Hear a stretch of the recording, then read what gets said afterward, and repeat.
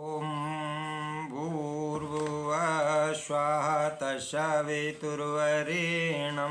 भर्गो देवस्य धीमहि धियो यो नः प्रचोदयात्। ॐ परमात्मने नमः।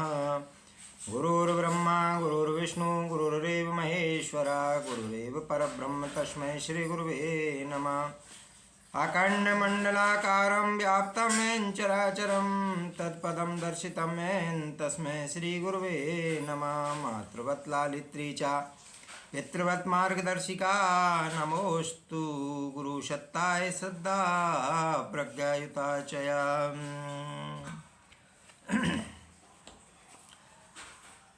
प्रज्ञापीठस्वरूपेषु योगदेवालयाः भुवि भवन्तु तत् एतासां सृज्यानामत्नारद। सूत्रं संस्कारयोग्यानां प्रवृत्तीनां च सच्चलेत् नृणां येन स्वरूपं च भविष्यत् संस्कृतं भवेत्।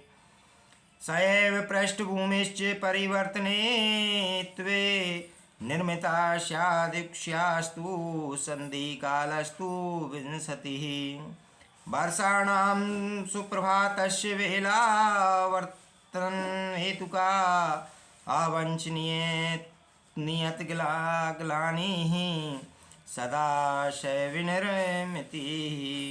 हे नारद, युग देवालय प्रज्ञापीठों के रूप में बने, वहाँ से सृजनात्मक और सुधारात्मक सभी प्रवृत्तियों का सूत्र संचालन हो, जिससे मनुष्य का स्वरूप एवं भविष्य सुधरे, साथ ही महान परिवर्तन के लिए आवश्यक पृष्ठभूमि भी बनने लगे। युग संधि के ये वर्ष प्रभात की परिवर्तन बेला की तरह है। इसमें अवांछनीयता की गलाई और सदाशयता की ढलाई हो। नए युग में इन्हीं प्रज्ञा की अधिष्ठात्री गायत्री के मंदिर और यज्ञशालाएं बननी चाहिए। उन्हीं के माध्यम से रचनात्मक कार्य चलने चाहिए। महामना मदन मोहन मालवीय कहा करते थे, ग्रामे ग्रामे सभा कार्य ग्रामे ग्रामे कथा शुभा पाठशाला मल्लशाला प्रतिपर्वा महोत्सव। अर्थात गांव गांव में ऐसे देव मंदिर रहे जहाँ से न्याय, पर्व, संस्कार मनाने, विद्या अध्ययन, आरोग्य संवर्धन के क्रियाकृत चलते रहें। केवल मंदिरों से काम चलेगा नहीं।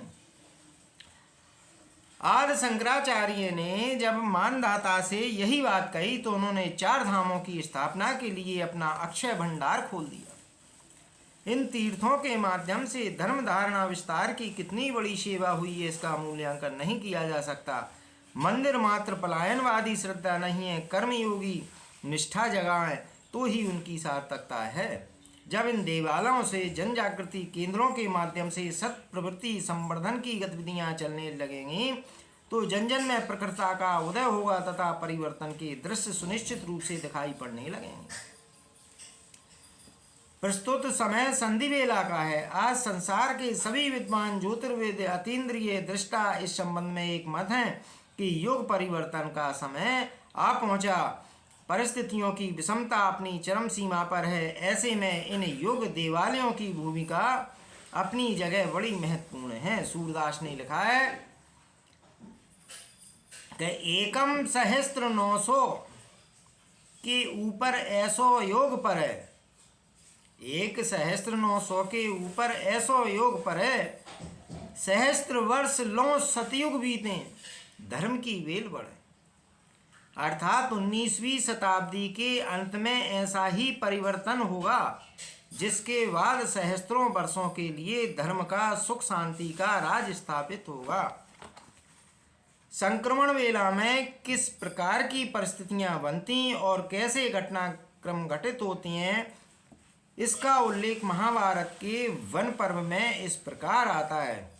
ततस्तु मूले संघाते वर्तमाने युगक्षये यदा चंद्रस्य सूर्यस्य तया तस्य बृहस्पतिः एक रासौ समेप्यन्ति प्रेत्यस्यति तदा कृतं कालवर्षी च पर्जन्यो नक्षत्राणि शुभानि च क्षेमं सुमिक्ष रोग्यम भविष्यति निरामयम।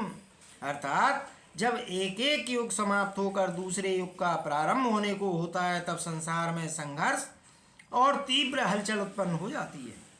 जब चंद्र, सूर्य, बृहस्पति तथा पुक नक्षत्र एक राशि पर जाएंगे तब सतयुग का प्रारंभ होगा। इसके बाद शुभ नक्षत्रों की कृपा वर्षा होगी, पदार्थों की वृद्धि से सुख समृद्धि बढ़ेगी, लोग स्वस्थ और प्रसन्न होने लगेंगे।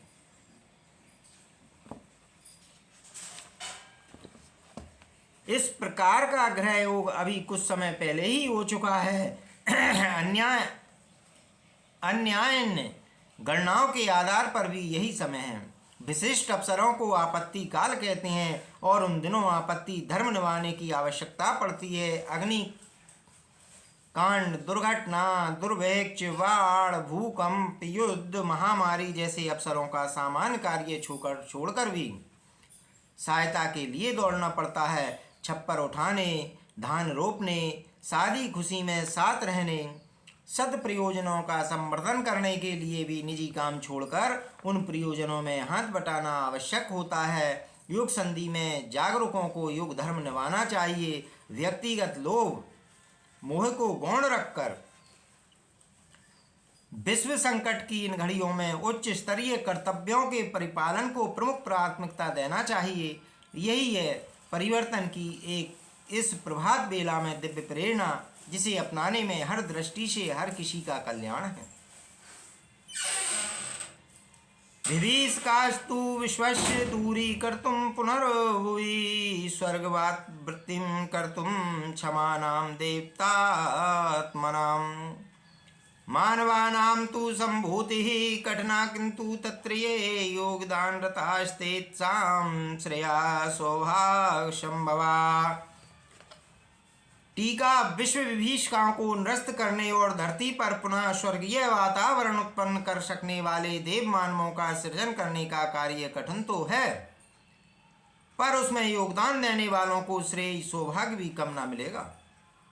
देवी प्रकोपों विभीषिकाओं के मूल में जितना दोष भौतिक रूप से मानव द्वारा उससे उद्धत रूप से छेड़छाड़ करने का है, उससे भी अधिक भ्रष्ट चिंतन और निष्कृष्ट कर्तव्य का आश्रय लेने वाली मानवीय प्रकृति का है।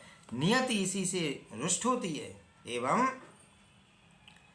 मानव जाति को सामूहिक रूप से विभीषिकाओं के रूप में उभार कर त्रास देती है। परिवर्तन की घड़ियां असाधारण उलट पुलट ही होती हैं। असुरता जीवन मरण की लड़ाई लड़ती है और देवत्व से पदच्युत कर धरती पर स्वर्ग लाने के दुष्कर कार्य में कई अवरोधों का सामना करता है। यह कार्य कठिन तो है पर असंभव नहीं है।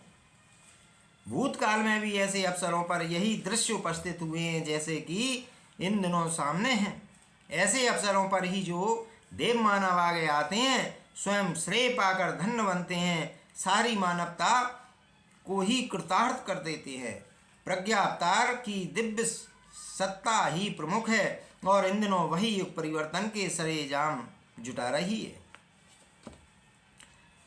तो भी समग्र कर्तव्य का वहन उसे अकेले नहीं करना है। सेनापति अकेला नहीं लड़ता है, सैनिक भी साथ चलते हैं। हाथ अकेला पुरुषार्थ नहीं करता है। 10 उंगलियों व 24 पोर भी अपनी क्षमता के अनुसार अपने ढंग से उस कर्म कौशल में जुड़े रहती हैं। साथ जुड़े श्रेय पाया।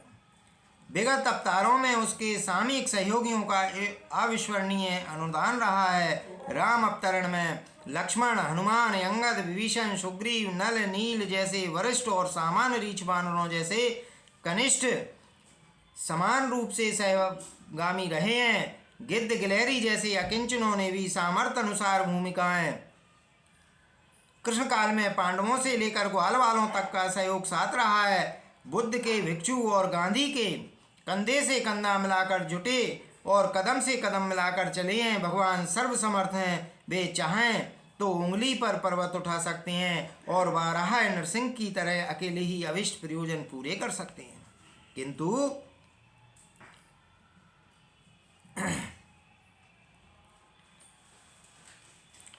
प्रियजनों को श्रेय देना भी अवतार का एक बड़ा काम है। सबरी और कुब्जा जैसी महिलाओं और केवट और सुदामा जैसे पुरुषों को भी अवतार के सखा सहचर होने का लाभ मिला है।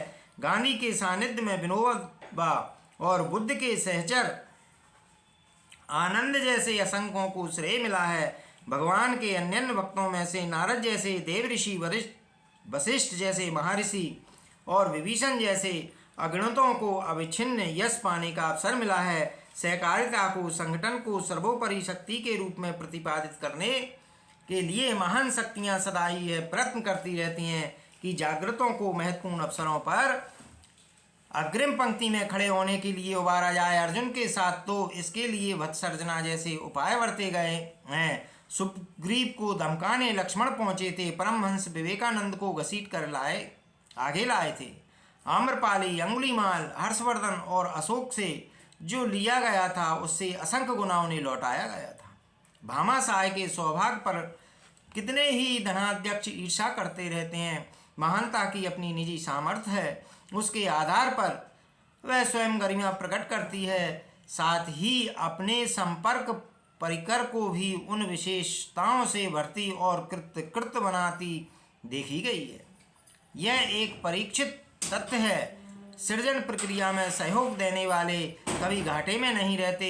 सामयिक रूप से तो उन्हें कष्ट ही सहना पड़ता है, लगता है वह घाटे का सौदा ही है, पर अंततः परिणाम सुखद ही होता है। कष्ट सहा श्रेयार्थी बने। पांडवों ने जीवन भर कष्ट सहा, राज सत्ता से पदच्युत किए गए पर नीति पद से हटे नहीं, भगवान से जुड़े रहे। वह अंततः उनके सहचर सहयोगी बनकर असुरता के दमन में श्रेय सौभाग्य के अधिकारी बने। चरक ऋषि जिंदगी भर औषधियों के गुण धर्मों का अन्वेषण व पीड़ित मानवता हेतु चिकित्सा पद्धति के निर्माण हेतु जुटे रहे। कष्ट सहने के उपरांत ही वे उस श्रेय को प्राप्त कर सके जो आज आयुर्वेद के प्रणेता के रूप में उन्हें प्राप्त है। राम वनवास की अवधि में सब कुछ साधन सामने होते हुए भी भरत कठोर तपस्वी जैसा जीवन जीते रहे। भाई भावज के वापस अयोध्या लौटने पर साम्राज्य स्थापना में सहयोगी बने। उनके त्याग व निष्ठा ने उन्हें भी सहज ही वह श्रेय प्रदान कर दिया जो रामकाज में जुड़ने वाले हर देव मानव को मिला था। चंद्रगुप्त और राणा प्रताप कठोर जीवन जीकर ही इतिहास में अपना नाम अमर कर पाए। नव सृजन में सहयोगी तो बने ही। यह परंपरा हमेशा से रही है।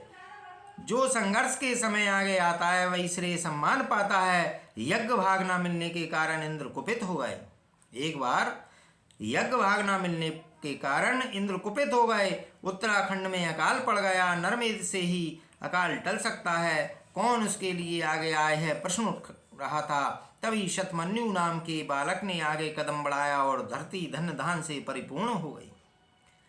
सन्मार्ग पर बालक भी चल पड़े और औरों का उत्साह जगते देर नहीं लगती। विचारशील लोग आगे चलते हैं, किसी की शिकायत नहीं करते।